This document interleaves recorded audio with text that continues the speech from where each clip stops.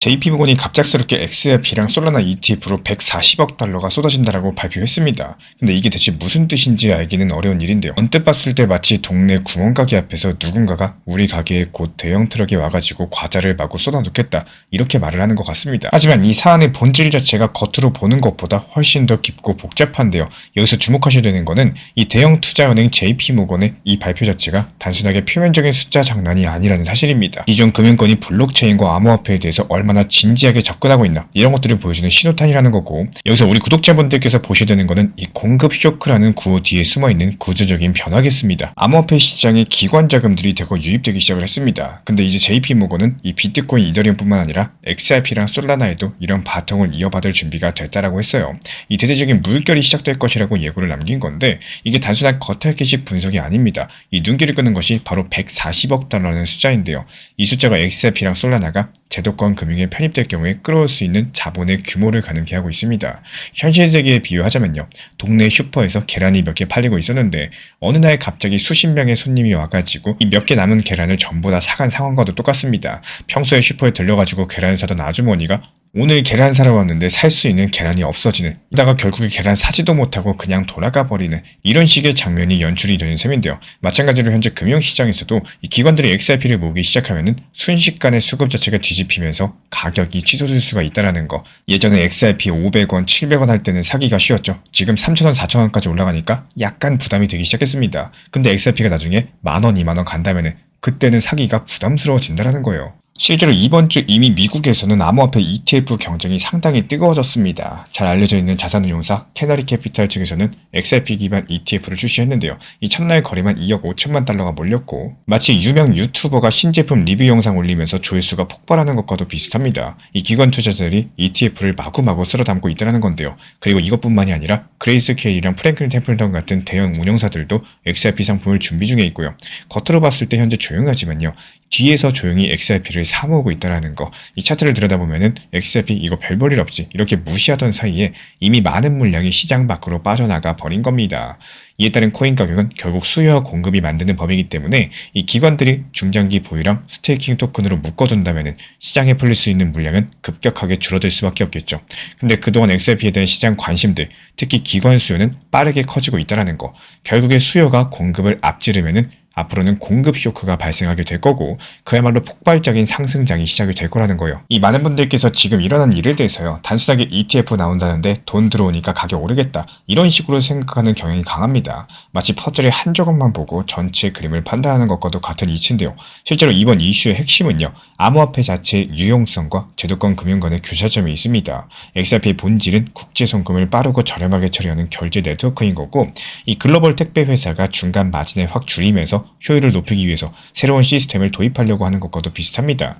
근데 지금 금융회사들이 그 네트워크로 눈을 돌리고 있다는 거, 이건 단순하게 한 지점의 가격 변화가 아니라요, 금융 시스템의 뼈대 자체가 바뀌는 과정이다라고 볼 수가 있겠습니다. 사실상 과거에도 비슷한 현상들이 있었습니다. 비트코인 현물 ETF 승인됐을 때 수조 원대 자금이 빠르게 시장에 유입됐었죠. 그 덕분에 비트코인 시장이 뜨거워졌었고, 많은 분들의 예상을 뒤엎는 엄청난 강력 상승 랠리가 펼쳐진 바가 있습니다.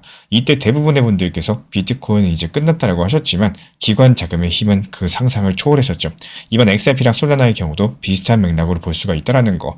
지난 비트코인 현물 ETF 승인 당시에 5천만 원이었어요. 근데 1억 7천만 원까지 갔었죠. XRP는 어떨까요?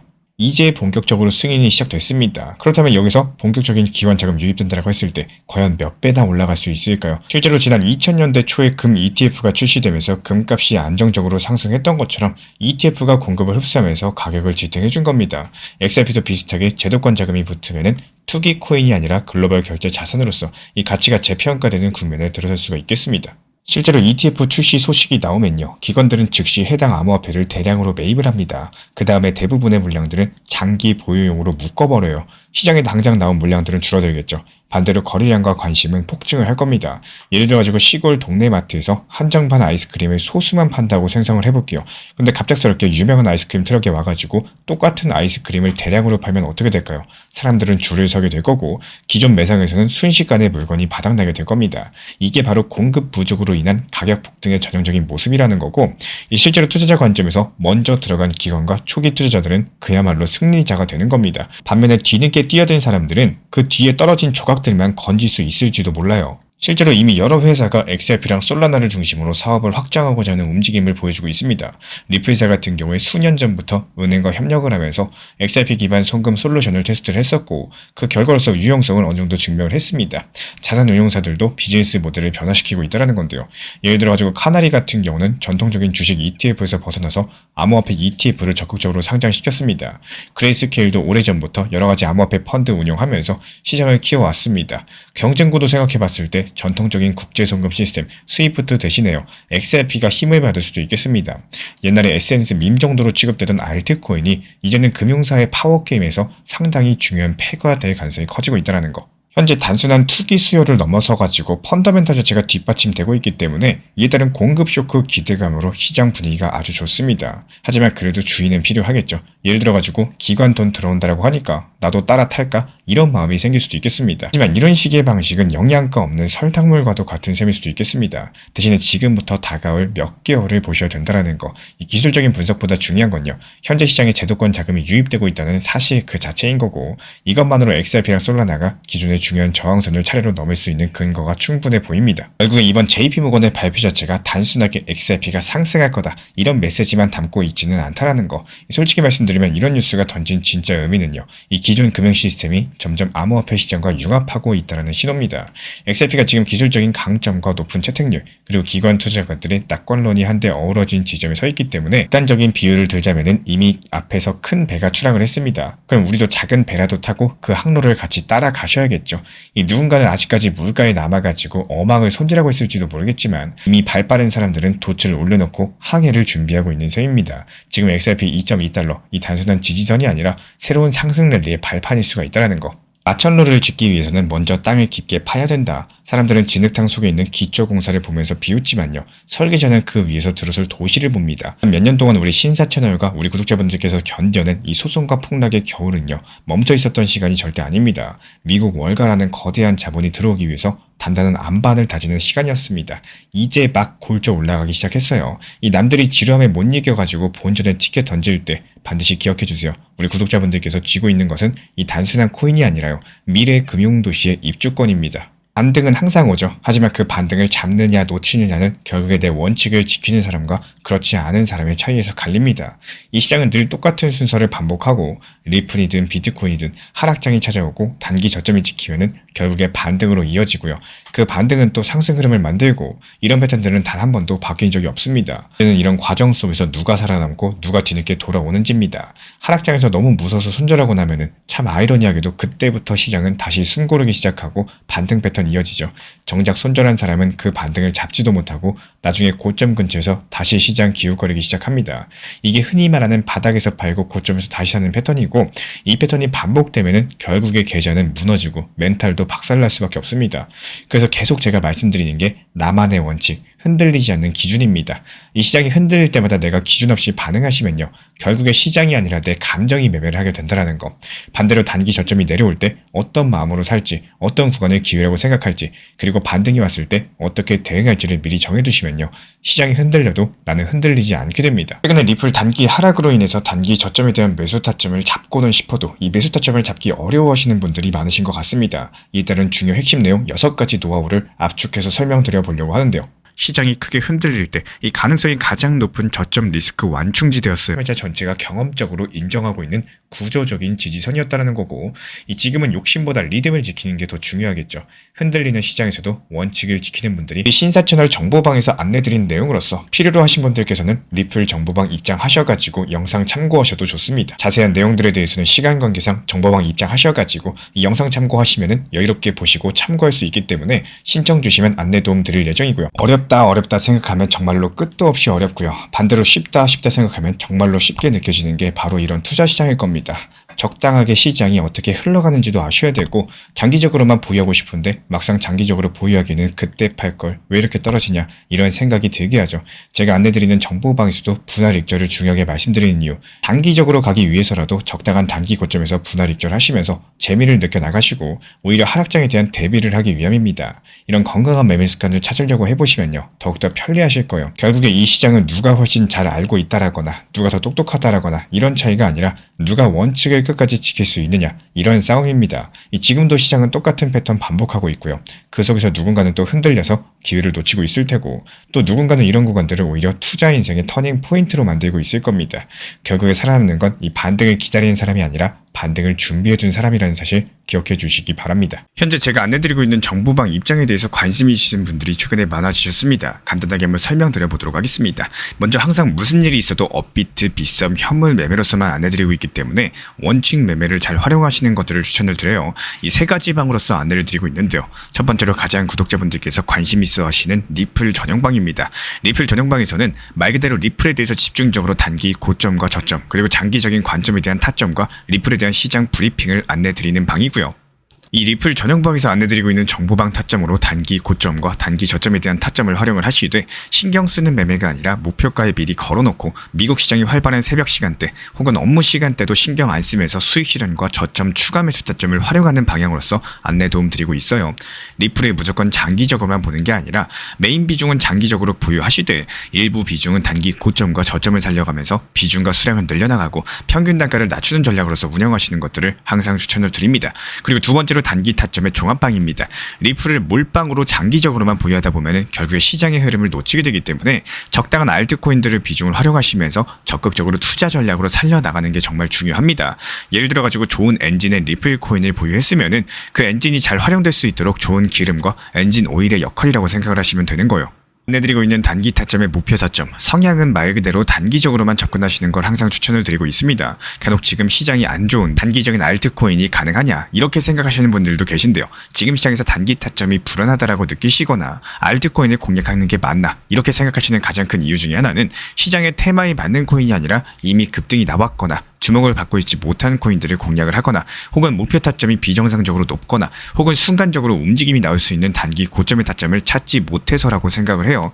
결국에 투자 시장은 순환적으로만 흘러가기에 적당한 알트코인들을 비중에 맞춰가지고 병행하면서 여기서 나온 수익들로 리플의 단기 저점 매수의 계획을 통해 가지고 하나의 톱니바퀴처럼 움직이도록 내 포트폴리오를 구성을 할 줄 아셔야 됩니다. 타점은 말 그대로 단기 타점답게 수익 실현하고 나면 사실 그 이후에 더 상승하던 떨어지던 크게 신경 쓸 필요가 없겠죠. 시간 또한 바빠가지고 걱정할 필요가 없는 게, 항상 말씀드린 이런 목표 타점에 미리 걸어두면은 신경을 쓸 필요가 없다는 점을 반드시 생각을 하셔야 됩니다. 그리고 세 번째로는 종합 브리핑방인데요. 중요할 수 있는 속보, 시장 브리핑에 대한 핵심 내용들을 전달 드리면서 시장이 어떻게 흘러가고 앞으로의 시장이 어떻게 움직일까, 이런 중요 핵심 내용 같은 것들을 전달드릴 뿐만 아니라 메이저 코인과 그리고 스윙과 중장기적인 타점에 대해서 안내드리면서 단기적 관점보다는 조금 보유 기간이 있다라고 하더라도 목표 타점 자체를 높게 보는 방향으로서 안내드리고 있는 방입니다. 대표적으로 최근에 도지코인에 대해서도 목표 타점을 높게 276원의 종합 브리핑방에서 타점 안내드리면서 여유롭게 약 5일 정도 보유하면서요. 도지코인이 상승이 연달아 나오고 있을 때 오히려 과감하게 370원의 목표 타점을 안내드렸습니다. 이렇게 상승이 잘 나오고 있을 때는 대부분 여기서 더 오르는 게 아닌가, 이렇게 생각을 하시는 분들이 많이 계시겠지만, 항상 적당한 고점에서 수익 실현하는 것들을 목표로 잡는 게 정말 중요하다고 말씀을 드려요. 이렇게 세 가지 방 입장 안내드리고 있기 때문에 항상 업비트, 빗썸으로서 현물에 대해서 안내드리고 있습니다.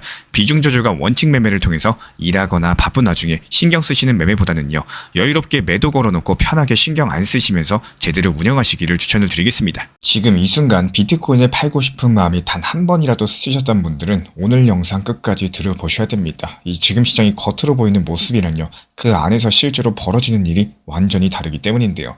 현재 비트코인은 1억 3천만 원 부근에서 지루한 행보스를 반복하고 있죠. 지난 10월 달에 있었던 이른바 트럼프 관세 쇼크 이후로 계속 흘러내리다 보니까 많은 분들께서 이미 심적으로 많이 꺾였을 수가 있습니다. 이제 끝난 거 아닌가요? 여기서 더 버티는 게 맞나요? 이런 질문들 정말 많이 들어오고 있어요. 저도 충분히 공감을 하고 있고, 이런 생각이 드는 것 자체가 자연스러운 투자 심리입니다. 그런데 여기서 시장 내부 데이터를 한 개씩 들여다보시면 전혀 다른 그림이 펼쳐진다는 거. 현재 미국 연준안에서는 서로 정반대 방향을 향한 싸움이 벌어지고 있고요. 이 선물 시장에서는 역대급 레버리지 청소가 끝나가고 있고요. 온체인에서는 고래랑 중장기 자금이 조용하게 비트코인을 쓸어 담고 있습니다. 표면은 공포인데 그 바닥에서는 그 다음 유동성 장세의 설계도가 이미 깔리고 있는 상황. 이번 영상의 핵심은 지금 이런 공포의 구간들이 진짜 붕괴의 시작인 건지, 아니면 그 다음 대세 상승장을 위한 마지막 준비 구간인 건지, 여기에 대해서 미국 연준 FOMC, 그리고 선물과 온체인 데이터, 고래 매집 데이터 그리고 계절성까지도 전부 다 엮어가지고 차근차근 쉽게 풀어서 설명드려 보도록 하겠습니다. 먼저 시계를 조금 되돌려 보겠습니다. 2024년 이 비트코인 현물 ETF 승인과 반감기 이후에 2025년 상반기까지 비트코인은 12만 달러를 돌파했고요. 역대 최고가를 만들고 있습니다. 그야말로 시장 분위기는 이제는 비트코인이 기본 자산이다 이런 식으로 들떠 있었는데 여기서부터 문제가 터져버렸어요. 지난 10월 10일 이 트럼프 대통령이 중국산 소프트웨어랑 중요 수입품에 대해서 100% 관세를 언급을 하면서 이거 미중 관세 전쟁 다시 터지는 거 아니냐. 일단은 글로벌 위험자산 전체가 다시 한번 얼어붙었습니다. 비트코인은 그 발언 이후에 이틀 만에 11만 7천 달러에서 10만 3천 달러까지 미끄러졌고요. 그리고 이번 달 같은 경우는 8만 달러 중반에서 9만 달러 초반 사이를 오르락내리락하는 이런 지루한 약세장들이 이어지고 있습니다. 이게 대부분의 투자자분들 입장에서는 고점이 붕괴됐다, 추세 끝났다, 앞으로 더 크게 하락할 거다 이런 공포 심리가 자연스럽게 생길 수밖에 없는 흐름이라는 거예요.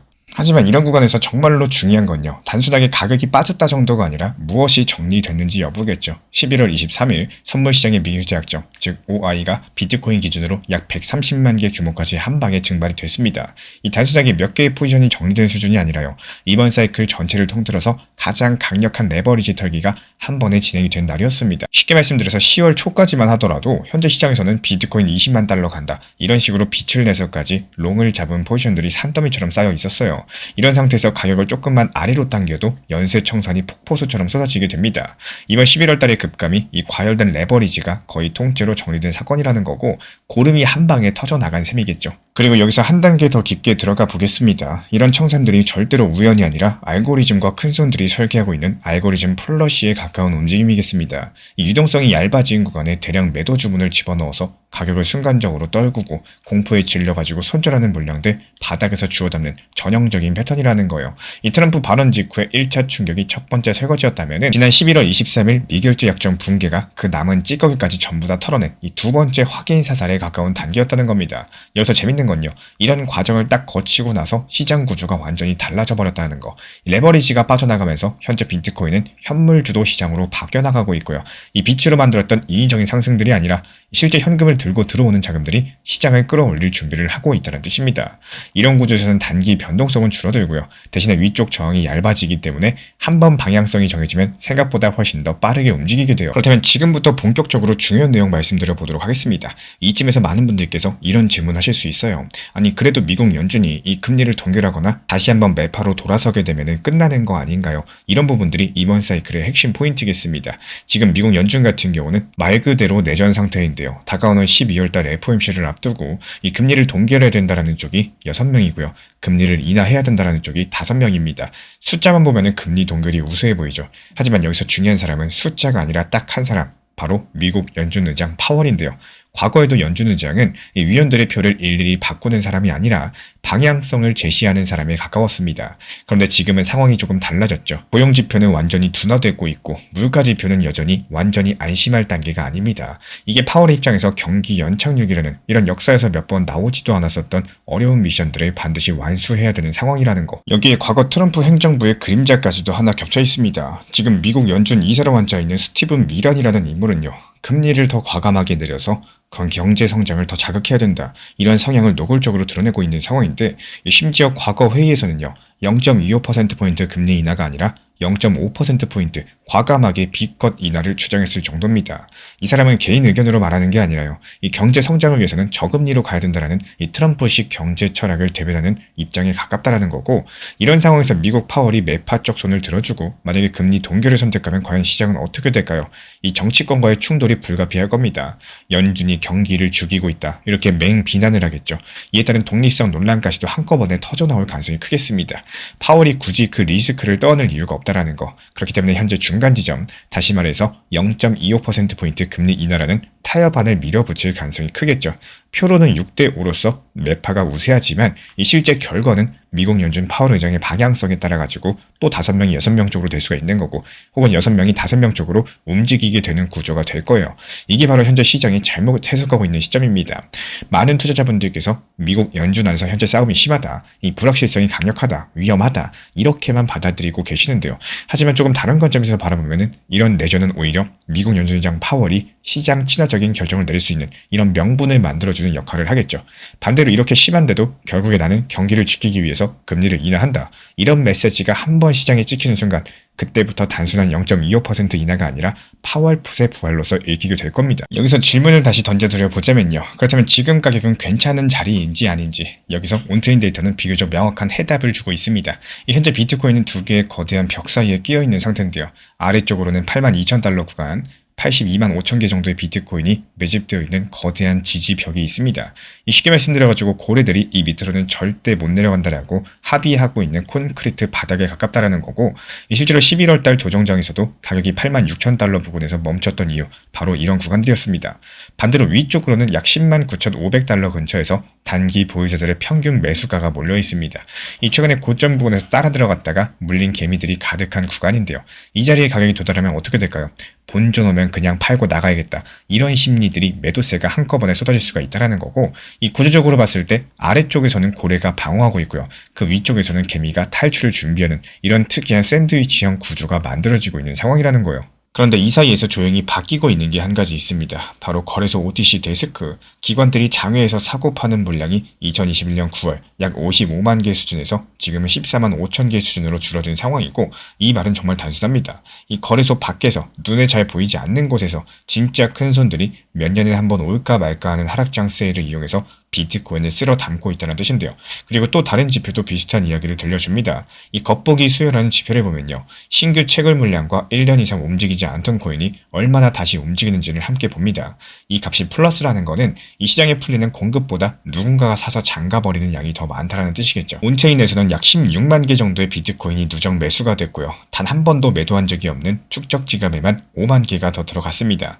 가격 하락이 수요가 없어서 떨어진 게 아니라 레버리지를 털어내는 과정에서 일시적으로 생긴 현상이라는 말이겠죠. 현물 ETF 자금 흐름도 겉과 속이 다른데요. 11월 달 중순 비트코인 현물 ETF에서 약 5억 달러가 빠져나갔습니다. 이 숫자만 보면은 이제 기관도 나간다라는 생각이 들 수 있겠지만요. 조금만 더 깊이 들어가 보시면은 일부 단기 헤지펀드성 자금들이 빠져나갈 때 그 한편에서는 국부펀드랑 연기금 같은 이 초장기 자금들이 비트코인의 3배 수준까지 늘려가는 모습들이 함께 보여지고 있습니다. 그러니까 당장의 가격만 보고 기관도 떠난다라고 말하기에는 이 안쪽에서 돌아가는 판이 전혀 다르게 움직이고 있다는 거. 그렇다면 이제 마지막 퍼즐 조각 계절성을 살펴보겠습니다. 이 비트코인의 역사에서 12월 달은 항상 조용하지 않았었죠. 과거의 어느 해에서는 2만 달러를 찍고 조정이 시작되는 시점이었었고, 다른 해에서는 전고점을 돌파하면서 본격적인 불정이 열리는 본격 출발점이 되기도 했었습니다. 특히 반감기 이후에 다음 해 연말의 패턴을 보면요. 11월 달에 한번 크게 흔들고 12월 달에 말아 올리는 구조가 자주 반복이 됐었다라는 거. 지금 2025년 11월 달의 흐름은 과거에 비슷한 패턴을 보였던 시기랑 상당히 닮아 있습니다. 11월 말에 한번 크게 흔들고 공포를 극대화시켜서 개미 털고 난 다음에 12월 달부터 이른바 산타랠리라는 이름으로써 거대한 유동성이 다시 위험자산으로 돌아오는 흐름인데요. 여기에는 현실적인 이유가 한 가지가 있습니다. 이 12월 같은 경우는 펀드 매니저들의 보너스가 결정되는 달이에요. 연말 성과 보여주기 위해서 올해 잘 오른 자산들을 포트폴리오에 넣어두고 싶어 합니다. 비트코인이 올해 전체를 놓고 봤을 때 여전히 성과 상위권에 있는 자산이죠. 포트폴리오에 비트코인이 전혀 없다라거나 비중이 너무 적으면 왜 비트코인을 더 담지 못했냐라는 질문을 받을 수가 있다는 거. 그렇다면 11월 달에 이 공포의 폭락장은 오히려 이들한테 부담이 아니라 역대급 기회, 한마디로 싸게 담을 수 있는 구간이 형성이 된다는 거예요. 그리고 한국 시간 기준으로 12월 11일 새벽 4시에 FOMC에서 금리 인하가 확정되는 순간, 그때부터 이런 자금들은 단순한 연말 장식이 아니라요. 2026년 이 유동성 장세를 선점하고자 하는 공격적인 베팅 성격으로 바뀌게 될 겁니다. 지금 저렴하게 담아가지고 내년 상승 랠리의 과실을 먼저 가져가자, 이런 식의 생각을 할 수가 있다는 거고, 결국에 정리해보면 지금 시장은 한 문장으로 요약이 가능합니다. 이 정책은 점점 완화 쪽으로 기울고 있고요. 여기에 대한 시장 수급은 레버리지가 전부 다 털려가지고 가벼워졌고, 투자 심리가 과도하게 얼어붙어 있는 상황, 공포 장세라는 거예요. 이 연준 안에서는요, 파월과 미국 완화파 그리고 트럼프 행정부의 철학을 대변하는 이런 인사가 같은 방향을 바라보고 있습니다. 현재 선물 시장에서 130만 비트코인 규모의 레버리지가 증발을 했고요. 그 위쪽에 있던 매도 폭탄이 상당 부분 제거가 됐습니다. 온체인 지표에서는 8만 2천 달러 부근을 고래가 지켜주고 있고요. 거래소 밖의 중장기 지갑으로 비트코인이 계속 빠져나가면서 점점 공급은 딸리고 있습니다. 그런데 화면 속의 가격만 보는 개인분들께서는 역시나 무섭다, 괜히 비트코인 했나, 코인 안 할 걸, 더 떨어질 것 같다, 비트코인 어디까지 하락하냐, 이런 식으로 느끼면서 전부 다 손절하고 던지고 있다라는 거예요. 한마디로 개미만 털리고 기관들은 오히려 사고 있다라는 거죠. 그래서 나오는 결론은 단순하지만 그 실행은 정말 어려운 문장 하나입니다. 지금은 팔 때가 아니라 두려움을 조금씩 매수하셔야 될 구간이라는 거. 물론 모든 상황이 한 방향으로 원사이드하게 흘러가진 않아요. 12월 달에 0.25% 금리 인하가 나온다고 하고 또 시장이 안도 랠리랑 함께 10만 달러 다시 돌파하는 흐름 나올 수도 있습니다. 이게 가장 확률이 높은 기본적인 시나리오인데요. 이 경우에 지금 8만 6천 달러 부근에서 적정 비중 확보해 두면서 발표 이후에 추가 상승 확인하면서 이 비중을 조금씩 더 늘려나가는 전략이 합리적으로 보인다라는 거. 만약에 동결이 나오더라도 이번에는 동결이지만 다음 회의에서 금리 인하를 검토하겠다. 이런 식의 신호가 나온다면요. 시장에서는 실망 매물이 잠깐 나온 뒤에 다시 8만 2천 달러 지지선 확인하면서 천천히 위로 되돌릴 가능성이 크겠습니다. 이런 경우에 너무 공격적으로 몰아넣기보다는요. 이 지지선 리테스트 구간에서 분할 매수 이어가시면서요. 내년 1월달 효과를 기다리는 전략이 상당히 유효하겠죠. 그리고 가장 나쁜 경우도 한번 말씀을 드려볼게요. 이 금리 동결과 동시에 추가 금리 인상 가능성까지도 언급하는 말도 안 되는 시나리오, 이것도 머릿속에 한 번쯤은 그려볼 필요도 있겠습니다. 이런 경우에 단기적으로 비트 7만 달러 중반까지 흔들릴 수 있어요. 하지만 이때 핵심은 이 공포에 휩쓸려가지고 계좌 전체를 포기하면서 던지는 게 아니라요. 미리 정해둔 손절, 현금 비중, 이 기준에 맞춰가지고 전략에 맞게 방어를 하시고 다시 저렴해진 가격대에서 차분하게 재진입하는 이 평균 단가를 낮추는 타이밍을 노리는 게 가장 현명하겠습니다. 결국에 투자에서 가장 큰 수익은 정보의 차이에서 나오기보다는 이 심리의 차이에서 나오는 경우가 많다라는 거. 남들이 모두 공포에 빠져 있을 때 데이터를 보고 한 번 더 확인하고 구조를 보고 다시 한번 생각해보고 그 다음에 천천히 행동하는 이런 사람들에게 기회가 돌아간다라는 거. 많이 들어본 문장이겠지만 이 지금 시장에서는 이 말이 그대로 적용이 될 겁니다. 남들이 욕심을 낼 때 두려워하고요. 남들이 두려워할 때 욕심을 내라. 현재 시점 비트코인 차트가 하락하면서 생기는 공포는요. 어떻게 보면은 그 다음 대세 상승장으로 올라타기 위해서 우리가 마지막으로 통과해야 될 마지막 관문일지도 모르겠습니다. 이 데이터는 이미 한 가지 방향성을 가리키고 있어요. 이제 남은 거는 그 방향을 따라갈 수 있는 우리 구독자분들의 마음가짐과 실행력이겠죠. 시장은 언제나 열려있고요. 결국에 끝까지 자기 길을 지키는 사람이 살아남게 되실 겁니다. 지금 같은 하락장에서 마음이 흔들리고 괜히 시작했나 싶은 생각, 이런 것들이 드는 것은 너무나도 자연스러운 감정인데요. 조금만 시야를 뒤로 돌려보면 그 마음이 훨씬 더 편해지실 겁니다. 시장은 내일도 열리고 6개월 뒤에도 열리고 1년 뒤, 3년 뒤에도 언제나 똑같은 자리에서 우리를 기다리고 있습니다. 이 리플이 지금 이 가격이다라고 해서 1년 후에도 이 가격일 거라는 보장은 없는 거고요. 비트코인도 1년 전, 2년 전, 3년 전의 가격을 보면은 그때 왜 이렇게 겁을 냈나 싶은 순간들이 아주 많을 겁니다. 그 당시에는 조금만 흔들려도 불안했었고 누군가는 끝이라고 했었고 결국에 시간이 지나고 보니까 이런 하락 구간들이 모두 기회였다는 것들을 너무나도 또렷하게 보여주고 있습니다. 제가 안내드리고 있는 리플 전용방뿐만 아니라 종합브리핑 방에서도 예전부터 비트에 대해서 일부 비중으로 분할 매수 타점, 조금씩 모아나가는 핵심 내용에 대해서 말씀드리는 이유도요. 결국에 물가가 올라가면 전체적인 투자 시장의 상승은 어쩔 수가 없기 때문입니다. 예전만 생각해봐도 짜장면 2그릇, 탕수육, 군만두, 심지어 콜라 1.5리터까지도 포함해서 배달비 없이 배달해주는 세트 가격이 12,000원에서 3,000원이면 배달까지도 가능한 시기가 있었죠. 그만큼 물가가 오른다는 거는 이 투자 시장의 값어치랑 가격도 같이 상승한다는 뜻과도 같습니다. 이런 구조 잘 활용할 줄 아셔야지 건강한 우상향의 원칙 매매를 활용하실 수가 있을 거예요. 특히 비트코인만 보셔도 1억 2, 3천만 원까지 떨어졌던 구간도 지금 와서 그게 저점이었다라는 말이 나올 정도죠. 결국에 시장은 그렇게 우리가 두려워했던 자리들, 이게 시간이 지나면 기회다라고 부르게 만드는 곳입니다. 그래서 중요한 건 언제나 똑같아요. 나만의 길, 나만의 원칙을 갖고 흔들리지 않고 유지할 수 있는 힘, 하락장이 와도 심리가 불안해도 결국에 이 시장은 계속 반복되고 계속 열리게 될 겁니다. 흔들릴 때일수록 원칙을 잡고 가는 분들이 결국에 다음 상승장에서 가장 크게 웃을 수가 있다는 거. 이 코인 시장은 하루 오르내림만 보고 판단할 수 있는 단순한 시장이 절대 아닙니다. 특히 리플, XRP나 비트코인처럼 이 중장기 구조가 중요한 자산들은요. 이런 흐름들을 꾸준하게 관찰하면서 지금 시장이 어느 단계에 있는지 차트랑 심리 그리고 수급을 함께 묶어가지고 이해를 하셔야지 손실을 줄일 수가 있다는 거. 그래서 제가 매일 체크하는 가격 구간 그리고 시장 심리가 어디서 꺾이고 어디서 다시 살아나는지 여기에 대한 흐름을 정리해서 드리고 있습니다. 필요하신 분들께서는 현재 번호로 신청 주시면 입장 도움 드리도록 할게요. 혼자 고민하는 시간을 줄여드리기 위한 기준선을 제공해 드리도록 하겠습니다. 최근에 리플 단기 변동성으로 인해서 이 단기 저점에 대한 매수 타점 잡고는 싶어도 이 매수 타점을 잡기 어려워하시는 분들이 정말 많으신 것 같습니다. 이미 제가 안내드렸던 리플 전용방에서 설명드렸던 중요 내용이지만요. 핵심 내용 6가지로 노하우 압축해서 한번 설명드려 보려고 합니다. 유튜브에서도 업로드 드리면서 짧게 설명드린 내용이지만요. 조금 더 쉽게 설명드리기 위해서 정보방에서 안내드린 내용으로 설명드려 보도록 하겠습니다. 우리 코인 신사 채널 5강 영상이에요. 리플 바닥 신호 잡기로서 조금 더 쉽게 단기 저점 찾아내는 방법이고요. 리플 XRP에 대한 이 단기 고점에 대한 매도 중요하겠지만요. 지금 같은 시장에서는 이런 단기 저점들을 얼마나 잘 찾아내고 여기에 대해서 원칙 매매를 활용할 수 있는지가 정말 중요한 타이밍입니다. 예를 들어가지고 강력하게 폭락하는 공포 구간에서의 바닥 신호라거나 이에 따른 거래량 움직임이 어떻게 됐을 때 바닥인지, 그리고 지지 구간 잡는 방법이라든지 각종 보조 지표를 활용해가지고 하락 음봉 패턴에 대해서 분석 도움 드리고 있고요. 여러가지 다양한 방법으로서 6가지 내용 중에 앞부분만 짧게 설명을 드려봤습니다. 이 시간 관계상 전체적으로 설명드릴 수가 없기 때문에 필요로 하시는 분들께서는 리플 전용 정보방 신청 주시면은 참고해 보셔도 좋으실 것 같습니다. 단순하게 고점에서 매도에 대한 욕심만 생각하시다 보면은 결국에 단기 저점이라는 이런 중요 타점을 놓치게 되는 경우가 상당히 많습니다. 정보 커뮤니티에서도 중요 타점 찾는 내용에 대해서 안내 드리지만요. 이 단기 저점에 대한 분할 매수, 여기에 대해서 중점적으로 안내드리는 이유가 시장이 안 좋았을 때 이 단기 저점 가치도 잘 활용할 줄 아신다면 결국에 시장이 다시 살아났을 때 단기 고점에서 만족할 만한 결과값을 만들 수 있기 때문이겠죠. 우리 정보방에서 영상 안내드리고 있기 때문에 필요로 하신 분들께서만 입장 신청해 주시면 안내 도움 드릴 예정이고요. 단 항상 말씀드린 것처럼 업비트, 빗썸, 현물 매매로서만 안내드리기 때문에 비중 조절, 원칙 매매 제대로 활용하실 분들께서만 입장해 주시면 감사하겠습니다. 오직 죽은 물고기만 강물을 따라서 흘러간다는 말이 있습니다. 이 살아있는 것들은 거센 물살을 거슬러서 올라가죠.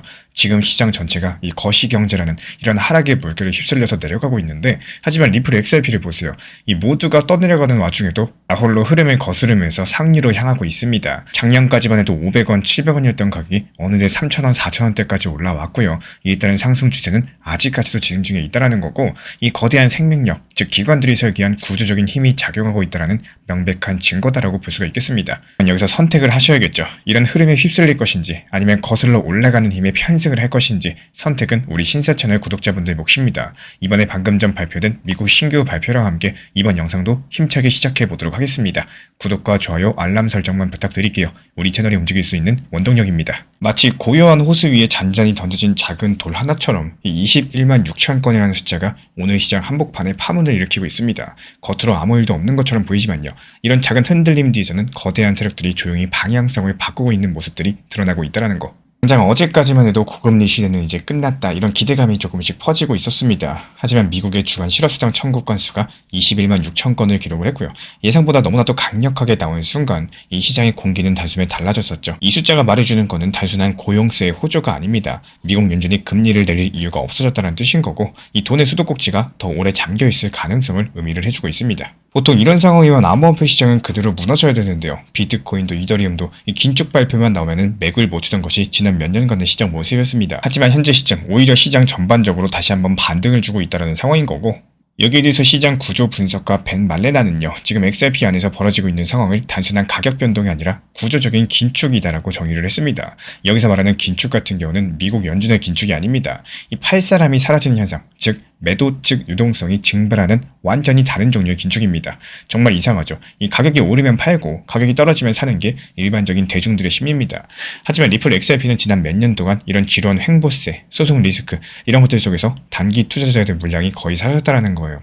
이 반대로 수년 동안 기밀 유지 협약 NDA에 가려졌었던 기관들은 그 기간 동안 조용하게도 누구에게도 들키지 않게 물량들을 확보하고 있습니다. 그리고 올해 11월 그 NDA들이 하루씩 만료가 되기 시작을 했어요. 이 과거에는 아무도 몰랐던 파트너십, 통합적인 계획, 기관도의 십전들 줄줄이 밖으로 나와주고 있다는 거. 이 숨겨진 그림들이 하나씩 뒤집히면서 진짜 지도를 드러내는 것 같은 순간입니다. 이런 그림의 중심에는 에버노스가 있는데요. 이 기업이 단순한 투자 펀드가 아니라 이 재무기업, 즉 금융 시스템의 심장부에서 돈의 흐름을 설계하는 기관입니다. 이 비트코인 ETF처럼 수동적으로 자금을 받아서 매수하는 이런 방식이 아니라요. 약 10억 달러 정도의 자본을 들고 직접적으로 공개 시장에서 XRP를 매수하고 있다는 거. 여기서 중요한 건 딱 한 가지입니다. 이들의 매수 자체가 이 리플사와의 장외 거래를 통한 확보가 아니라 실제 거래소에서 이 호가창을 긁는 방식으로 실제로 이루어지고 있다는 사실입니다. 이 말인즉슨 현재 시장에 올라온 매도 주문을 그대로 비워내면서 가격을 위로 밀어 올린다는 뜻이에요. 바닥부터 위로 무너뜨리듯이요. 그렇다면 여기서 왜 굳이 공개 시장을 선택을 했을까? 이것이 바로 2025년 XRP 시장을 설명할 수 있는 가장 큰 핵심이 되겠습니다. 리플사의 직접 판매가 규제랑 구조 조정으로 제한되었기 때문인데요. 기관들이 XRP를 확보하려면은 결국에 거래소로 가야 되고, 거래소에서는 이미 소매 투자자들의 물량이 거의 남아있지 않습니다. 물량이 희소해지면은 가격은 작은 충격에도 반응을 하겠죠. 이런 것들이 바로 벤 말레나가 말한 구조적인 기축, 즉 매도 측 유동성 위기입니다. 이 시장에서 남는 건 누굴까요? 팔려는 사람은 사라질 거고 살려는 사람만 남아 있습니다. 에버노스, 기관 ODL 수요, 뒤늦게 뛰어드는 소매 투자자들까지 합쳐진다? 그렇다면 시장은 점점 더 비정상적으로 무겁게 위로 당겨질 거라는 거예요. 그렇다면 이제부터 이야기는 더 깊어집니다. 그동안 XRP는 가격이 아니라 역할로서 평가받아야 된다는 논쟁이 계속되어 왔었죠. 하지만 말레나는 그 역할을 평가하는 방법 자체가 달라져야 된다고 말을 합니다. XRP의 가치는 미국 달러가 아니라 비트코인 기준으로 평가해야 된다는 주장인데요. 왜냐하면 달러는 더 이상 XRP의 진짜 가치를 보여주는 지표가 아니기 때문인 거고, 미국 연준의 금리 정책, 인플레이션, 금융 환경이 달러 가치를 끊임없이 흔들기 때문입니다.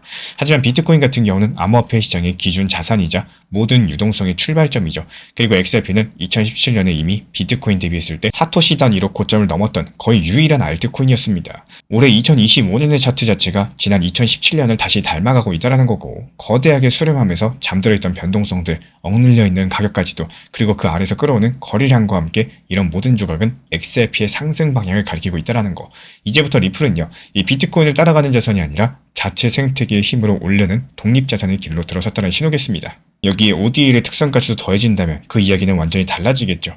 ODL 같은 경우는 송금 금액만큼의 XRP를 필요로 합니다. 가격이 낮으면 더 많은 XRP가 필요하고요. 가격이 높으면 적은 XRP로도 거래가 가능해집니다. 결국에 시스템의 효율을 위해서 가격은 일정 수준 이상 유지가 되어야 되고, 이런 것들이 기관들이 높은 가격에도 주저없이 매수하는 이유가 될 거예요. 그리고 마지막으로 이야기 드릴 게 2026년 1분기 이후에 도래할 수 있는 대분리인데요. 그때쯤이면 에버노스의 매수는 본격적으로 완료가 될 거고, NDA 만료로 드러난 각국의 결제망이 실제 가동되기 시작을 할 겁니다. XRP가 더 이상 단순한 알트코인이 아니라 이 글로벌 결제 브릿지 통화라는 새로운 정체성을 얻게 될 겁니다. 이런 시점에서 비트코인과의 상관관계는 희미해질 거고요. XRP 가격은 오로지 사용량과 기간 수에 의해서 결정되는 구조로 바뀌게 될 겁니다. 이 과거의 저항선들은 지지선으로 변화가 될 거고, 가격 층위 자체가 바뀌게 될 거예요. 결국에 우리가 보고 있는 21만 6천 건의 실업수당 청구 건수는요, XRP한테 아무런 영향도 미치지 못하게 될 겁니다. 이 거시경제가 주는 압박조차도 XRP 내부에서 벌어지는 이런 구조적인 재편 앞에서는 힘을 잃어가게 된다는 거. 이 시장은 금리 인하를 기다리지만요, XRP는 금리랑 상관없이 자기 길을 가고 있습니다. 그렇다면 여기서 중요한 거는 과연 누가 XRP 공급을 통제하고 있는가, 그리고 그 정답은 점점 더 명확해지고 있다는 거. 첫 번째가 기관일 거고, 다음으로 계약, 그리고 사용량과 함께 뒤늦게 움직이기 시작한 거대한 금융 인프라가 되어줄 겁니다. 벤 말레나 측에서는 이렇게 말을 했어요. 이 준비한 사람에게는 기회였지만 머뭇거리는 사람에게는 닫힌 문이 된다는 거. 오늘 시장은 이런 말의 의미를 조용하게도 하지만 분명하게 보여주고 있다는 사실 기억해 주시기 바랍니다. 그리고 지금부터가 시장의 진짜 심장부로 들어가는 핵심입니다. 이 겉으로 조용한데 가격만 보여게 움직였었던 그런 이유들, 누가 봐도 수급이 이상했는데 정작 차트에서는 설명이 안 되던 현상들, 이런 모든 것들의 중심에는 결국에 단 한 곳의 이름이 떠오르게 된다는 거, 서두에 말씀드렸던 에버노스입니다. 지금 XRP 시장에서 벌어지는 가장 큰 구조적인 변화는요, 누가 매수했냐가 아니라 누가 공급을 차단하고 있느냐이기 때문에, 이 가격은 매수로 오르는 게 아니라 팔 사람이 사라질 때, 공급이 없어질 때부터 폭발적으로 움직이기 시작을 한다는 거, 그리고 그 팔 사람이 사라지는 구조를 만들고 있는 주체가 바로 에버노스라는 거예요. 여기서 에버노스는 일반 투자 펀드가 아니에요. 이 기업의 정체성은 재무기업입니다. 금융 시스템 뒤에서 자본의 흐름을 설계하는 집단인 거고, 몇백억 단위의 자금을 굴리는 게 아니라요, 이 시스템을 움직일 만큼의 자본을 통째로 설계합니다. 2025년 11월 이들이 선택한 방식은 정말 단순한데요. 스펙 합병을 통해 가지고 조달한 천문학적인 자금을 들고 XRP를 직접 매입하는 거. 여기서 직접이라는 말이 핵심입니다. 이 보통 기관들은 대량 매입할 때 리플사랑 OTC 거래를 통해서 조용히 가져가죠. 시장 가격에 영향도 없고 세간의 관심도 피할 수 있으니까요. 근데 지금은 그 OTC 파이프라인이 사실상 막혀 있습니다. 규제 리스크, 법률적인 조항, 그리고 리플 내부 전략 변경까지도 겹치게 되면서 이 기관이 XRP를 대량 확보하고자 한다면 거래소 외에는 선택지가 없어졌습니다. 그러면서 에버노스가 아주 단순한 결정을 내렸죠. 그렇다면 직접 시장에서 긁어오자라는 거. 바로 이런 선택이 XRP의 구조를 완전히 뜯어 고쳐버린 사건이라는 거고, 여기서 중요한 건 거래소에서 사면 과연 뭐가 다를까요? 그 차이는 단순하면서도 결정적입니다. OTC 같은 경우는 시장 가격을 건드리지 않지만요, 거래소 매수는 어떨까요? 그 순간 올라온 매도 주문을 그대로 비워버립니다. 2023년부터 올해 2025년까지 이어진 지루한 행보세, 그리고 소송의 피로 속에서 단타 물량, 수익 물량들 전부 다 털렸습니다. 여기서 남아있는 건 장기 보유자, 그리고 기관들이 가져간 물량뿐이에요. 즉, 현재 팔 사람 자체가 사라진 시장이라는 거고, 이런 상황에서 에버노스가 들고 들어온 금액들은 몇억 달러가 아니라 10억 달러, 우리 돈으로 1조 4천억이 넘는 규모입니다. 팔 사람들은 없고 살려는 사람만 10억 달러가 있어요. 이거는 가격이 오르는 게 문제가 아니라 가격이 버틸 공간 자체가 사라지는 구조겠죠. 여기까지는 긴축의 일부겠지만 진짜 재밌는 지점은 따로 있습니다. 이 그동안 수많은 금융기관 그리고 리플은 다양한 NDA로서 묶여 있었죠. 그 이유가 뭘까요? 우리 구독자분들도 아시는 것처럼 지난 2020년부터 이어져 왔던 미국 SEC 소송의 그림자 때문이었습니다. 아무리 파트너십이 있어도 파일럿을 돌려도 그 사실을 말을 할 수가 없는 구조였다는 거예요. 그런데 지금 현재 시점 이런 NDA들이 하나씩 풀리기 시작을 했다는 거고, 과거에 리플과 몇몇 기관만 알고 있던 정보들이 이제는 시장 전체가 알게 된다는 뜻입니다. 파일럿 일정이라든지 시스템 통합, 내부 테스트, 수탁 규모, 그동안 숨겨져 있던 모든 것들이 하나씩 세상 위로, 수면 위로 올라오기 시작을 한다는 거예요. 이 벤 말레나는 이런 것들을 두고 계약들이 날마다 드러나고 있다라고 언급을 남겼고, 그 말인즉슨 현재 기관들이 더 이상 숨길 이유가 없는 타이밍이 왔다라는 의미겠습니다. 그렇다면 기관들은 과연 어떻게 행동을 할까요? 항상 똑같습니다. 이 숨길 때 철저히 숨기면서 움직일 땐 한꺼번에 움직이고, 또 움직이면 시장은 대비할 시간조차도 주지 않습니다. 에버노스의 매수 타이밍은 이런 흐름과도 정확하게 일치한다라는 거고, NDA가 풀리면서 이 시장은 그림을 보기 시작을 했고, 그 전부터 조용히 물량을 확보해왔던 기관들은 이제 본격적으로 시장에서 양파를 넓히기 시작을 했습니다. 그렇다면 지금에서의 리플 XRP는요, 누가 매수하고 있느냐가 아니라 누가 이미 다 가져가고 있느냐, 이걸로 평가받는 시장이 됐습니다. 에버노스가 들고 온 10억 달러는 유통 물량을 잠그는 자본이기 때문에 시장에 다시 풀릴 가능성이 극도로 낮은 자산입니다. 한마디로 한 번 매수하면 절대 안 판다는 거예요. 그렇다면 앞으로 시간이 지날수록 어떻게 될까요? 시간이 지나면 지날수록 XRP는 팔 사람이 없어지고 가져가는 사람은 늘어나고 공개 시장은 비어있고 NDA가 연달아 해제되고 기관들은 더 이상 숨어있을 이유가 없고, 이런 모든 조각들이 하나의 그림을 만들어낼 겁니다.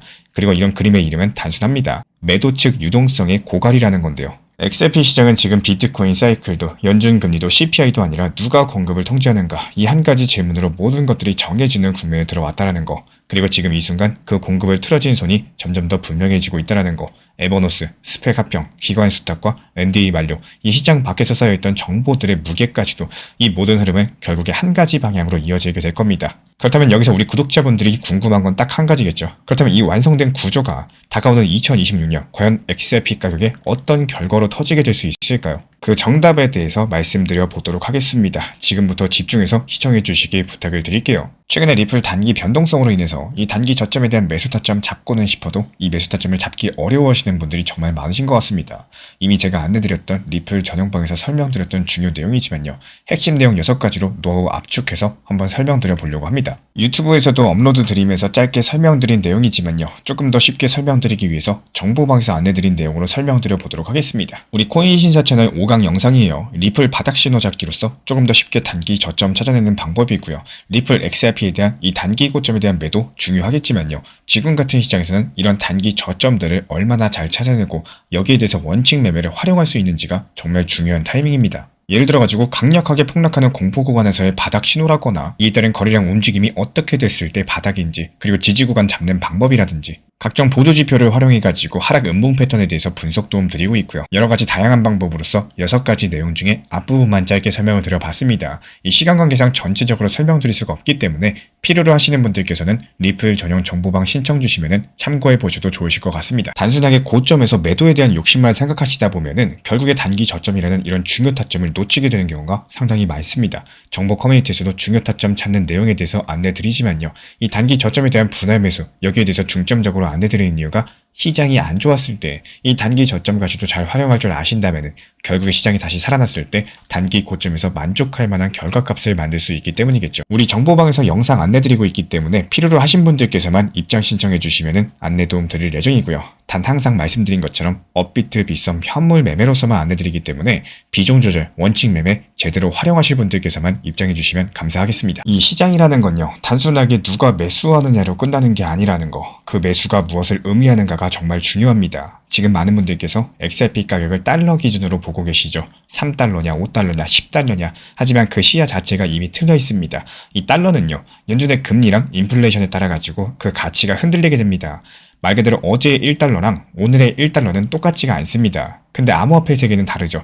여기서 진짜 가치를 평가하는 기준은 비트코인 대비 가격, 즉 사토시 단위입니다. 이 시장 지배력과 유동성의 중심에 있는 비트코인을 기준으로 보셔야지 자산의 진짜 힘이 드러난다는 거예요. 그리고 이런 이야기는 자연스럽게 2017년으로 이어지게 됩니다. 그 당시 알트코인 수천 개가 존재했었지만요. 비트코인 대비 과거 최고점을 돌파한 자산은 딱 2개뿐이었어요. 그 중에 하나가 바로 리플 XRP였고 이게 단순한 체급 싸움 수준이 아니었습니다. 비트코인의 유동성을 흡수했던 자산이라는 뜻이고요. 진정한 독립성을 가졌다는 신호이자 시장 구조 전체가 특정 자산을 향해서 쏠릴 때 어떤 일이 발생한지를 보여주는 장면이었습니다.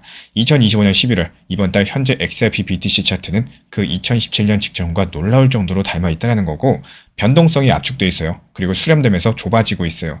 그리고 그 아래서 서서히 쌓여가는 힘들을 봤을 때 마치 이 숨을 깊게 들이마시고 있는 활처럼 이 탄성이 늘어나는 소리가 들릴 정도입니다. 여기서 중요해지는 것은 단순한 패턴이 아니라 왜 이런 구조가 반복이 되느냐겠죠. 그 정답은 지금까지 우리가 따라온 이야기 속에 이미 숨어 있습니다. 영상 서두에서 우리는 거시경제는 긴축인데 XRP만 역행하는 모습을 살펴봤습니다. 기관이 공개시장에서 직접 매도 물량을 흡수하는 구조를 확인했습니다. 그리고 이제 그 구조가 가격을 어떻게 터지는지를 바라보는 겁니다. 이 구조에서 가장 중요한 결론은 단순해요. 이 시장 가격은요, 외부 요인이 아니라 내부 구조에 의해서 결정이 된다는 거. 2026년은요, 그 구조가 완전히 드러나는 시기가 될 겁니다. 그 이유는 크게 세 가지로 볼 수가 있는데, NDA가 해제된 후에 드러나기 시작한 이 기관들의 채택과 통합 일정들이 2026년부터 실제 시스템으로 가동되기 때문입니다. 지금까지는 준비된 수요였다면요, 2026년은 실제로 돌아가는 수요가 될 거라는 거. 그리고 다음으로 에버노스랑 스탁기관, 대형 금융기관이 여기서 가져간 XRP 물량이 시장에 돌아오지 않는 구조로서 고착이 될 겁니다. 이런 것들이 곧 가격이 기초적으로 안정되는 비싼 가격이 오히려 더 효율적인 구조로 전환된다는 뜻이겠죠.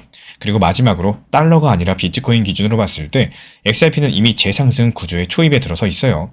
비트코인이 흔들려도 리플 XRP는 자기 사이클을 만들어갈 준비가 끝났다는 뜻입니다. 그리고 바로 이 지점에서 시장이 가장 두려워하는 단어 하나가 떠오릅니다. 대분리라는 건데요. 이 말이 난해하게 들릴 수 있겠지만 그 사실은 정말 단순해요.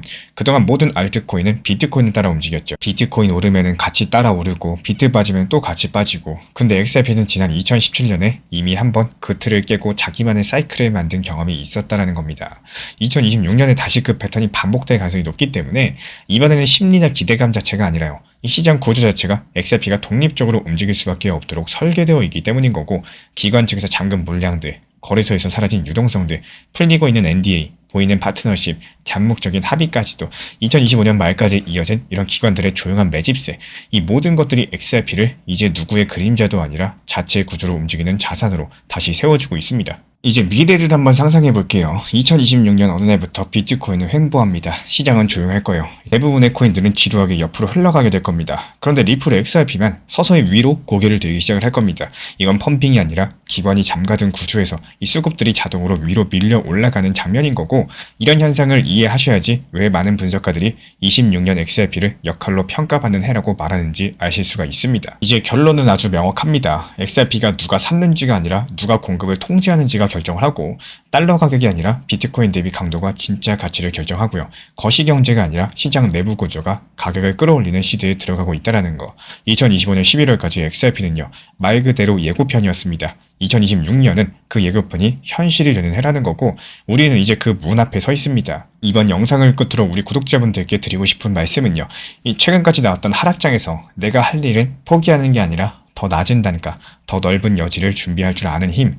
지금 시장이 답답하고 리플도 비트도 힘을 못 쓰고 뉴스만 보면 불안한 마음들이 커지는 시점 저도 잘 알고 있습니다. 사실 이런 구간에서 어떤 마음가짐을 갖느냐가 앞으로 6개월, 1년 뒤의 결과를 완전히 갈라놓는 핵심이 되어줄 거예요. 지금 코인 투자를 그만두실 게 아니라면은 좋든 싫든 하락장에서 해야 될 일은 단 한 가지입니다. 낮은 단가를 확보하시고 앞으로의 반등을 준비하세요.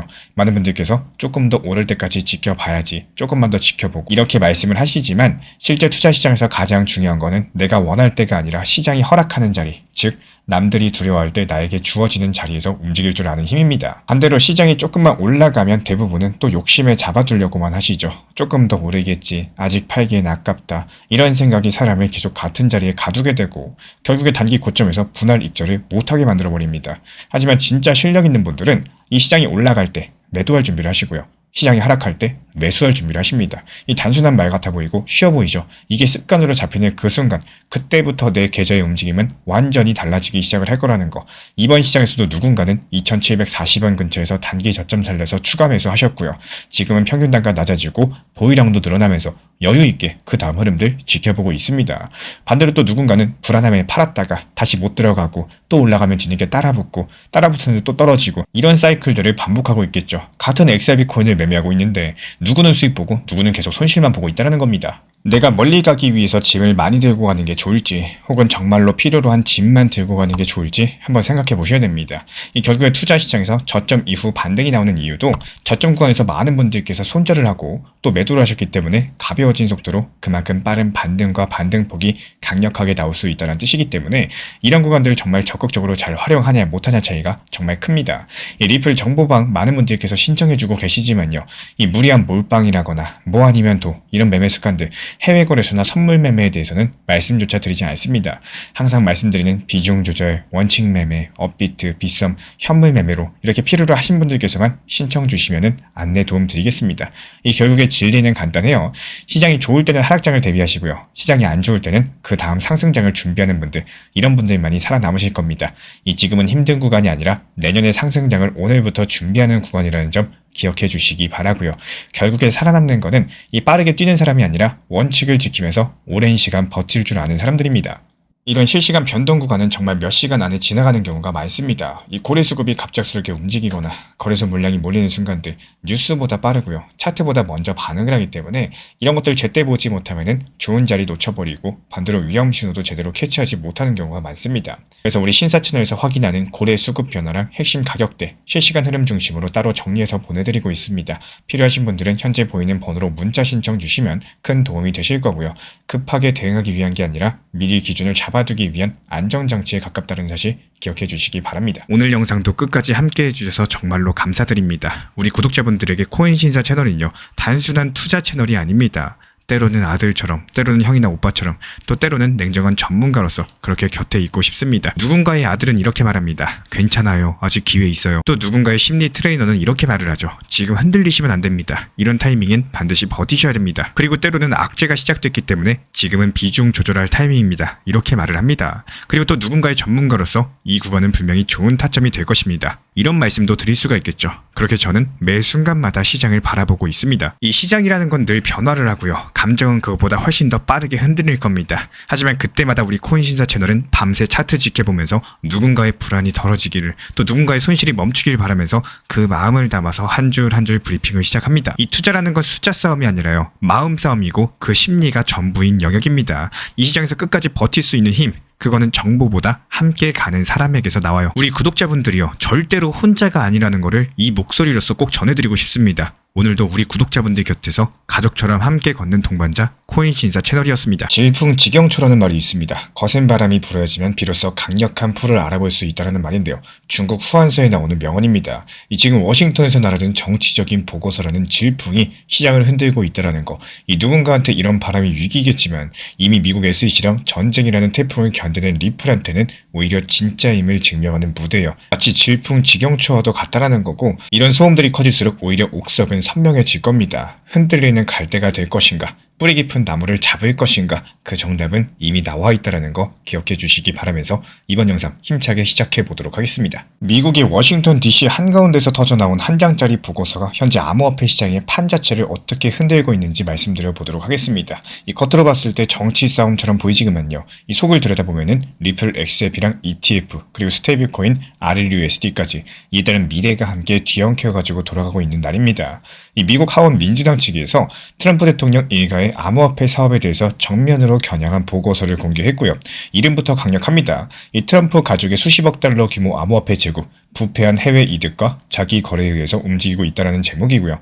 표면적으로 봤을 때 트럼프 때리기처럼 보이지만요, 이 시장은 이거를 단순한 정치 공방으로 보지는 않는다라는 거. 왜냐면 이 보고서가 겨누고 있는 대상이 바로 트럼프의 개인 지갑만이 아니라 미국 전체 암호화폐 규제에 대한 속도랑 온도이기 때문입니다. 그리고 이게 리플 XRP랑 무관할 수가 없는 게 트럼프가 대통령이 되면서 소송 리스크가 빠르게 해결이 됐었죠. 이 끝에는 자연스럽게 XRP 현물 ETF, 리플 스테이블코인 RLUSD까지도 줄줄이 서 있다라는 거. 민주당이 만든 이 보고서가 쓰는 프레임은 딱 두 가지입니다. 한 개는 국가 안보고요. 또 다른 하나는 부패입니다. 쉽게 말하면 이런 이야기예요. 트럼프 일가가 만든 월드 리버티 파이낸셜 그리고 USD1 스테이블코인으로서 해외 자금이 쏟아져서 들어오고 있고 그 돈의 상당 부분이 현재 미국의 외교 정책과 딜을 맞바꾸는 로비 자금일 수가 있다는 거. 그리고 여기에 더해가지고 미국 대통령이 규제를 풀겠다라고 할 때마다 그 혜택들이 국민 전체한테 돌아가는 게 아니라 이 트럼프 가족 사업으로 흘러들어가면서 트럼프 가문만 돈을 벌고 있다는 이런 의혹까지도 덧붙이고 있습니다. 좀 더 쉽게 비유를 들여가지고 설명드려보자면은 원래 이 대통령이라는 사람은 경기의 심판 역할을 해야 되는 게 맞겠죠. 근데 미국 민주당의 보고서가 주장하는 그림은 이 심판이 지금 유니폼을 갈아입고 자기 아들이 되는 팀에 같이 들어가서 축구를 하고 있다는 얘기입니다. 규제를 풀고 제도를 바꾸는 결정들 이거 하나하나가 공공의 이익이면 상관이 없다라는 거예요. 하지만 이게 트럼프 가족회사의 매출로 이어진다라는 의심인 거고 여기에 아랍에미리트, 홍콩, 이스라엘 같은 이런 여러 가지 자금들이 복잡하게 얽혀 있다면 미국 의회 입장에서는 이거는 그냥 사업 문제가 아니라 국가 안보 문제다라고 목소리를 높이기 딱 좋은 소재가 되겠죠. 그리고 여기에 대해서 미국 민주당은요, 또 하나의 민감한 코드를 건드립니다. 바로 범죄 자금과 제재 회피 이슈인데요. 과거에 미국 규제 당국과 충돌을 겪었던 인물들, 그리고 자금 세탁 이슈로서 도마에 올랐던 글로벌 거래소, 월드 리버티 파이낸셜 사이에서 투자 지분 관계가 얽혀있다는 의혹들이 보고서 안에 내용으로서 담겼습니다. 이쯤 되면 현재 민주당이 얻고 싶은 거는 단순한 여론몰이 정도가 아니라 이 암호화폐 규제 완화는 부패랑 범죄를 방치하는 행위라는 이런 인식을 넘어서 앞으로 등장할 수 있는 모든 친암호화폐 정책에 제동을 걸 수 있는 정확한 명분을 쌓고 있다는 건데요. 그래서 이 보고서를 조금 다르게 보시면요. 이 트럼프 대통령 한 사람을 겨냥한 공격이 아니라 공화당이 현재 밀어붙이고 있는 친암호화폐, 친규제 완화 흐름 전체에 브레이크를 거는 장치다라고 볼 수가 있다는 거. 미국 SEC랑 CFTC 같은 이런 규제기관이 미국 의회 조사를 받기 시작하면요. 그 안에서 일하는 사람, 이런 사람들은 자연스럽게 몸을 사리게 될 수밖에 없겠죠. 혹시나 이거 괜히 승인을 해줬다가 나중에 청문회에 끌려나가는 거 아니냐 이런 생각할 수밖에 없다라는 거고 이에 따른 두려움이 생긴다라는 겁니다. 이렇게 심리적으로 얼어붙음을 보통 규제 칠링 효과다라고 부르는데요. 민주당 입장에서 봤을 때 계산 자체가 상당히 명확해집니다. 먼저 첫 번째로 트럼프 정부가 암호화폐를 명분으로써 너무 빠르게 규제를 풀지 못하도록 속도를 늦출 수가 있겠죠. 그리고 두 번째, 다가오는 2026년 중간선거. 아무래도 내년부터 이렇게 선거 기간이 본격적으로 껴있기 때문에 민주당 측에서 이렇게 주장을 할 겁니다. 우리가 막지 않았다면 미국은 부패한 암호화폐 정권이 되었을 것이다. 이런 메시지, 명분을 쌓을 수가 있다는 거. 그리고 세 번째, 이 암호화폐 시장에서 실제로 사고가 난다라거나 이 투자자 피해가 커졌을 때 이거 봐라. 우리가 그때 경고하지 않았느냐. 이렇게 말할 수 있는 정치적인 안전장치를 만들어 둘 수가 있다는 거. 그렇다면 트럼프 행정부 쪽의 그림은 어떨까요? 2기 행정부가 출범하면서 트럼프 대통령은 바이든 시절에 소송 때려가지고 규제하는 방식을 뒤집고 명확성을 주겠다는 기조를 내세웠습니다. SEC 수장을 규제 완화에 우호적인 인물로 교체했고요. 기존에 추진되던 여러 가지 각종 강화 규제를 줄줄이 철회했습니다. 또 이와 동시에 비트코인을 국가전략 자산처럼 다루겠다는 메시지를 냈고 미국 내부 채굴 산업을 육성하겠다라고 약속까지 했습니다. 에너지를 먹는 괴물이 아니라 에너지 산업과 안보 전략의 일부라는 이런 프레임을 만들어냈다는 건데요. 그리고 시장에선 이런 흐름을 두고 트럼프 트레이드라는 말까지도 나오고 있습니다. 관세랑 재정 지출로 인플레이션 리스크를 올리면서도 또 그이와 동시에 비트코인과 주요 자산에 대한 규제 완화를 통해서 위험자산 랠리를 열어젖히는 이런 흐름들이라는 거고 근데 바로 이런 지점에서 월드 리버티 파이낸셜 스캔들이 터져버린 겁니다. 이 스캔들이 단순하게 트럼프도 코인했다 이 정도 수준의 소문이 아니라 이 대통령의 규제 완화가 가족의 지갑과 직접 연결되어 있다는 이런 부패 의혹으로서 설계된 폭탄입니다. 그리고 아이러니한 건 여기서부터예요. 월드 리버티 파이낸셜이 정치의 한복판에서 두들겨 맞는 동안 현재 리플 XRP는 오히려 정반대의 이미지를 쌓아왔다는 거. XRP가 지난 몇 년 동안 미국 SEC랑 피말리는 소송 치르면서 사업 구조들, 토큰의 법적인 성격들 전부 다 낱낱이 해부당한 바가 있습니다. 이런 과정들 고통스러웠고 가격도 많이 하락했었어요. 하지만 결과적으로 미국 법원은요. 2차 시장에서 거래되는 XRP는 증권이 아니다라고 최종 판단했습니다. 비트코인, 이더리움에 이어서 이 세 번째로 법원에서 지위가 확인된 자산이 된 거고 이런 것들이 기관 투자자 입장에서는 엄청난 차이일 수밖에 없겠죠. 이게 나중에 불법 판결 나면 어떡하나 이 가장 큰 불확실성 하나가 날아가 버린 겁니다. 그리고 스테이블 코인 쪽에서도 대비가 극명합니다. 월드 리버티 파이낸셜의 USD1 해외 자금 유입 의혹과 함께 정치적인 조사 대상이 되고 있는 동안 리플이 준비해온 RLUSD는 뉴욕주 금융 서비스국 그러니까 이 업계에서 가장 깐깐하고 유명한 규제 기관의 심사를 통과하는 과정을 밟았습니다. 이 뉴욕주의 기준을 통과했다는 건요. 한마디로 미국 제도권 은행도 안심하고 사용할 수 있는 상품이라는 도장을 받는 것과도 비슷하고 정치적으로 민감한 스테이블코인 시장에서 이 규제된 달러, 미국 법안에서 움직이는 달러 이런 이미지, 신뢰를 얻는 순간이었습니다. 이런 차이들이 미국 월가의 시선을 빠르게 갈라놨다라는 거고 블랙록과 프랭클린 템플턴, 캐나리 캐피털 같은 대형 운용사들은 평판 리스크를 무엇보다 두려워하죠. 이 트럼프 테마가 붙은 코인, 규제랑 싸우는 신생 프로젝트들, 재미있는 스토리는 될 수 있겠지만 기관 포트폴리오에 담기에는 위험합니다. 또 반대로 미국 법원 판결로 지위가 명확해지고 뉴욕주 같은 곳에서 스테이블코인 승인을 받는 이런 프로젝트는 모험이 아니라 전략적인 배분의 대상이 될 겁니다. 이런 구도 속에서 XRP는 자연스럽게 정치적으로 중립적인 인프라 코인이라는 위치를 확보했어요. 여기서 가장 민감한 지점이 바로 ETF 이야기인데요. 2025년 11월 말 기준으로 봤을 때 XRP 현물 ETF는 이미 되돌릴 수 없는 강을 건넜습니다. 과거에 크레이스케일 신탁 형태로 운영되던 상품은 ETF로 전환돼서 거래가 시작이 됐고 프랭클린 템플턴이 내놓은 XRP ETF도 상장 첫날 수천만 달러 규모의 거래를 쌓으면서 시장에 관심을 증명했습니다. 특히 캐나리 캐피털이 출시한 ETF는요. 첫날부터 수천만 달러대 거래량 기록하면서 기관들이 기다리고 있었다는 것들을 몸소 보여주고 있죠. 이 정도면 당국이 허용해준 실험적인 상품이 아니라 이미 제도권 자산 배분 테이블에 위에 올라간 하나의 정확한 자산군이라고 보셔도 무방합니다. 그렇다면 민주당의 보고서가 향후 XRP ETF 승인에 제동을 걸 수가 있을까요? 현실적으로 보면 그 영향은 상당히 제한적일 가능성이 높습니다. ETF 승인이라는 것은 이 정치 슬로건이 아니라 증권법의 조건을 따져보는 행정 절차죠. 가격 조작을 막을 수 있는 구조인지, 이 수탁이 안전한지, 투자자 보호 장치를 갖추었는지 이런 게 바로 핵심인 거고 이번 트럼프 가문의 이해상충 의혹 자체가 정치적으로 파괴력이 크겠지만 이미 승인된 ETF의 구조라거나 시장 감시 제기를 뒤흔들 만한 논리가 되기는 어렵습니다. 이미 여러 개의 XRP ETF가 허용된 상황에서 이 뒤늦게 들어오는 다른 운용사만 골라서 막는다? 그 자체가 또 다른 소송 리스크가 되겠죠. 오히려 앞으로의 더 큰 변화는 스테이블코인 쪽에서 일어날 가능성이 크다라는 거. RLUSD가 뉴욕주 승인을 기반으로 실제 글로벌 결제망에 올라타는 순간 이 리플의 위치는 단순하게 XRP ETF 발행사 하나를 넘어서게 될 거예요. 은행과 핀테크 회사들이 정치 리스크가 없는 달러 스테이블코인을 찾을 때 USD1처럼 의회 조사 리스트에 오른 코인 대신에 RLUSD를 선택할 유인이 커지는 구조겠습니다. 이 리플 같은 경우는 이미 국경 간의 결제망을 깔아놨고요. 그 위에 RLUSD를 얹을 준비를 해왔었죠.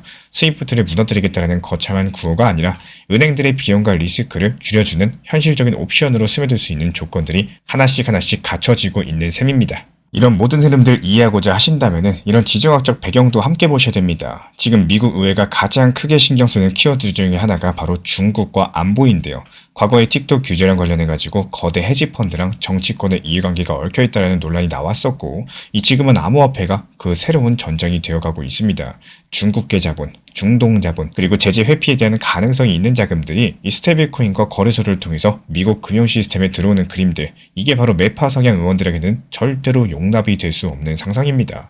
그렇기 때문에 해외 자금이 얽힌 스테이블코인에 대한 규제 강화는요, 민주당과 공화당을 가리지 않고 이 초당적인 강력한 지지를 받을 가능성이 큰데요. 이런 지점에서 리플의 정체성이 다시 한번 부각을 받게 될 겁니다. 이 미국 회사랑 미국 법원에서 소송을 치르고 또 미국 규제를 따르겠다라고 공식적으로 선언한 인프라, 미국 의회 입장에서 봤을 때 중국이라거나 러시아 자본과 얽힌 애매한 코인보다는 이 미국 안에서 통제 가능한 결제 백엔드가 훨씬 더 다루기 편한 카드입니다. 말 그대로 안보에 대한 프레임이 강해질수록 미국 기술로 만들어졌고 미국 규제 안에 들어온 이런 인프라 자산의 가치는 오히려 올라가는 구조를 가지고 있겠죠. 그리고 트럼프 행정부의 관세 정책과 재정 지출 확대는 인플레이션 우려를 다시 끌어올리고 있습니다. 물가가 다시 꿈틀거리면 사람들은 자연스럽게 달러 가치 하락을 걱정하고요.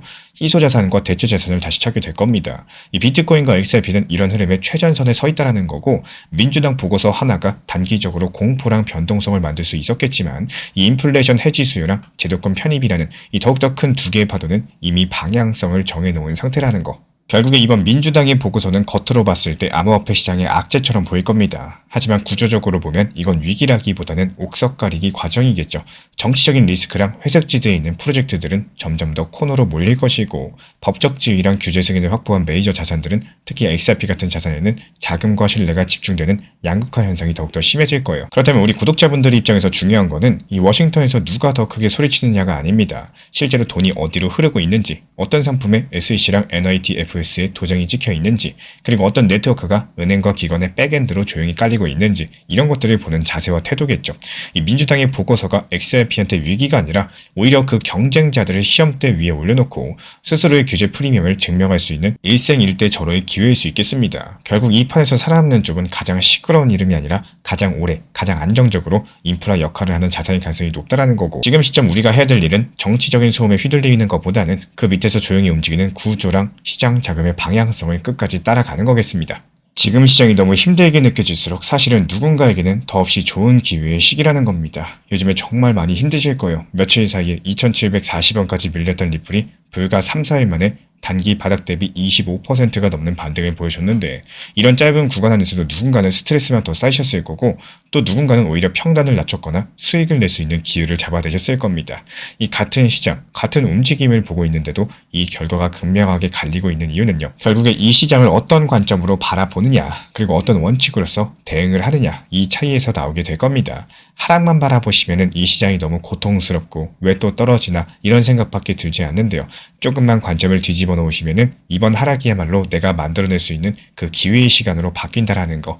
2740원이라는 숫자가 누군가한테는 지옥 같다라고 느꼈던 가격과 공포의 구간이었겠지만, 또 다른 누군가에게는 드디어 기회가 내려왔구나, 이런 가격이었다는 게 바로 그 증거죠. 제가 안내드리고 있는 리플 전용 정보방에서도 여러 번 강조드린 비중 조절과 원칙 매매를 적극 활용하는 이유도요, 결국에 시장이 좋을 때를 위해서 오히려 지금 같은 하락 시기였던 순간에 리플을 낮은 가격에 조금 더 비중을 늘려놓고 평균 단가 낮추면서 다시 찾아올 상승장에서 보다 낮은 평단에서 만족할 만큼 상황을 만들기 위함입니다.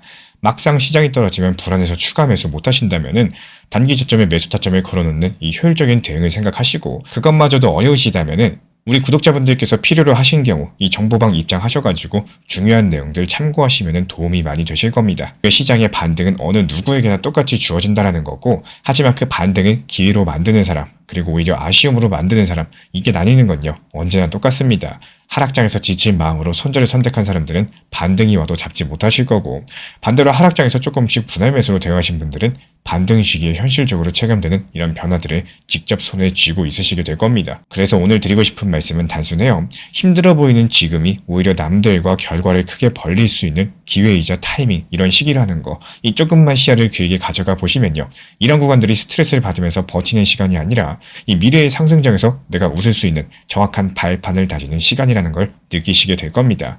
결국에 내가 이런 시장에서 살아남는 거, 그거는 시장을 다르게 보는 사람이라는 겁니다. 이런 시장에서 가장 중요한 건요, 이 수익보다 원금을 지키는 일입니다. 많은 분들이 상승장에서 쉽게 돈을 벌지만요, 하락장에서 기준이 없어서 또 손실을 더 크게 보고 나서야 그 기준이 필요하구나, 이렇게 뒤늦게 깨닫게 되십니다. 그래서 제가 실전 매매에서 사용하는 손실 관리 기준들, 절대로 건드리지 마셔야 되는 위험 구간들을 정리해서 드리고 있어요. 이 필요로 하신 분들께서 현재 보이는 번호로 문자 신청 남겨주시면 됩니다. 이 자료는 공격적인 매매가 아니라요, 불필요한 손실을 막기 위해서 만들어드리는 투자 보호용 가이드입니다. 현재 제가 안내드리고 있는 정보방 입장에 대해서 관심이 있으신 분들이 최근에 많아지셨습니다. 간단하게 한번 설명드려보도록 하겠습니다. 먼저 항상 무슨 일이 있어도 업비트, 빗썸, 현물 매매로서만 안내드리고 있기 때문에 원칙 매매를 잘 활용하시는 것들을 추천을 드려요. 이 세 가지 방으로서 안내를 드리고 있는데요. 첫 번째로 가장 구독자분들께서 관심 있어 하시는 리플 전용방입니다. 리플 전용방에서는 말 그대로 리플에 대해서 집중적으로 단기 고점과 저점, 그리고 장기적인 관점에 대한 타점과 리플에 대한 시장 브리핑을 안내드리는 방이고요.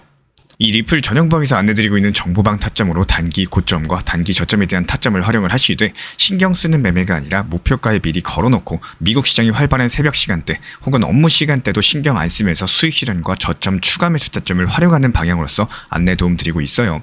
리플에 무조건 장기적으로만 보는 게 아니라 메인 비중은 장기적으로 보유하시되 일부 비중은 단기 고점과 저점을 살려가면서 비중과 수량을 늘려나가고 평균 단가를 낮추는 전략으로서 운영하시는 것들을 항상 추천을 드립니다.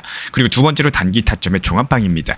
리플을 몰빵으로 장기적으로만 보유하다 보면 결국에 시장의 흐름을 놓치게 되기 때문에 적당한 알트코인들을 비중을 활용하시면서 적극적으로 투자 전략으로 살려나가는 게 정말 중요합니다. 예를 들어가지고 좋은 엔진의 리플 코인을 보유했으면은 그 엔진이 잘 활용될 수 있도록 좋은 기름과 엔진 오일의 역할이라고 생각을 하시면 되는 거예요. 안내드리고 있는 단기 타점의 목표 타점, 성향은 말 그대로 단기적으로만 접근하시는 걸 항상 추천을 드리고 있습니다. 간혹 지금 시장이 안 좋은 단기적인 알트코인이 가능하냐 이렇게 생각하시는 분들도 계신데요. 지금 시장에서 단기 타점이 불안하다라고 느끼시거나 알트코인을 공략하는 게 맞나 이렇게 생각하시는 가장 큰 이유 중에 하나는 시장의 테마에 맞는 코인이 아니라 이미 급등이 나왔거나 주목을 받고 있지 못한 코인들을 공략을 하거나 혹은 목표 타점이 비정상적으로 높거나 혹은 순간적으로 움직임이 나올 수 있는 단기 고점의 타점을 찾지 못해서라고 생각을 해요.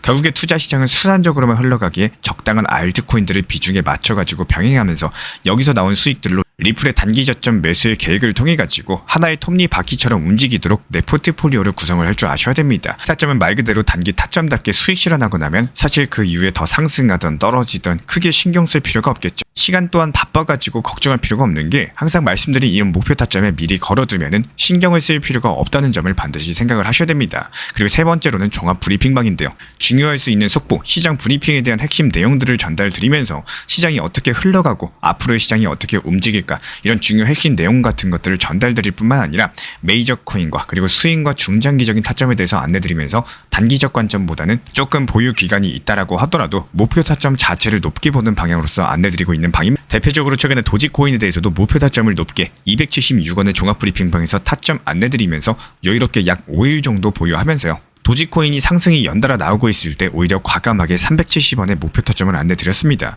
이렇게 상승이 잘 나오고 있을 때는 대부분 여기서 더 오르는 게 아닌가 이렇게 생각을 하시는 분들이 많이 계시겠지만 항상 적당한 고점에서 수익 실현하는 것들을 목표로 잡는 게 정말 중요하다고 말씀을 드려요.